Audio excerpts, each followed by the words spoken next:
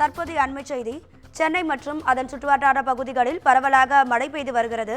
இது தொடர்பான அண்மை காட்சிகளை பார்த்து கொண்டிருக்கிறோம். இது குறித்தான கூடுதல் தகவல்களை தருவதற்காக நமது செய்தியாளர் கீதன் இணைப்பில் இருக்கிறார்.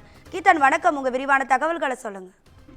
வணக்கம். குறிப்பாக இந்த தென்மேற்கு வங்கக்கடல் பகுதியை ஒட்டியுள்ள இடத்தில் இந்த வளிமண்டல மேலடுக்கு சுழற்சி நிலவுவதன் காரணமாக கடலோர மாவட்டங்களில் தற்பொழுது இன்று மற்றும் நாளை மழை பெய்யும் என்று சென்னை வானிலை ஆய்வு மையம் தெரிவித்திருந்தது. அந்த அடிப்படையில் தற்போது சென்னையை பொறுத்தவரை பல்வேறு இடங்களில் மிதமான மழை பெய்திருக்கின்றது. குறிப்பாக சென்னை நகரை பொறுத்தவரை புரசைவாக்கம், ராயப்பேட்டை, மயிலாப்பூர், நுங்கம்பாக்கம், சேப்பாக்கம், அதே போல பட்டினப்பாக்கம், அடையாறு உள்ளிட்ட இடங்களில் அந்த மழை பெய்திருக்கின்றது.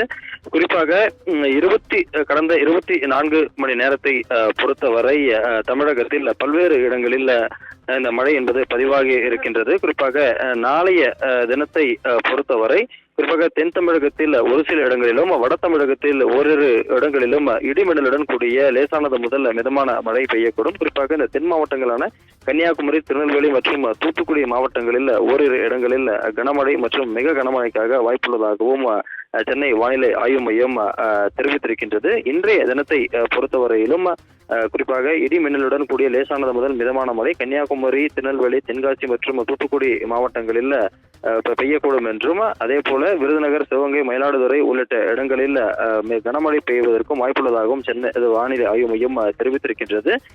எனவே இந்த தென்மேற்கு வங்கக்கடல் பகுதியில் வளிமண்டல மேலடுக்கு சுழற்சி நிலவுவதன் காரணமாகவே இந்த மழையானது தற்பொழுது பெய்து வருகின்றது. எனவே சென்னையை பொறுத்தளவில் கடந்த ஒரு மணி நேரமாக பல்வேறு இடங்களில் மிதமான மழை பெய்து வருவது குறிப்பிடத்தக்கது. உங்க தகவல்களுக்கு நன்றி கீதன்.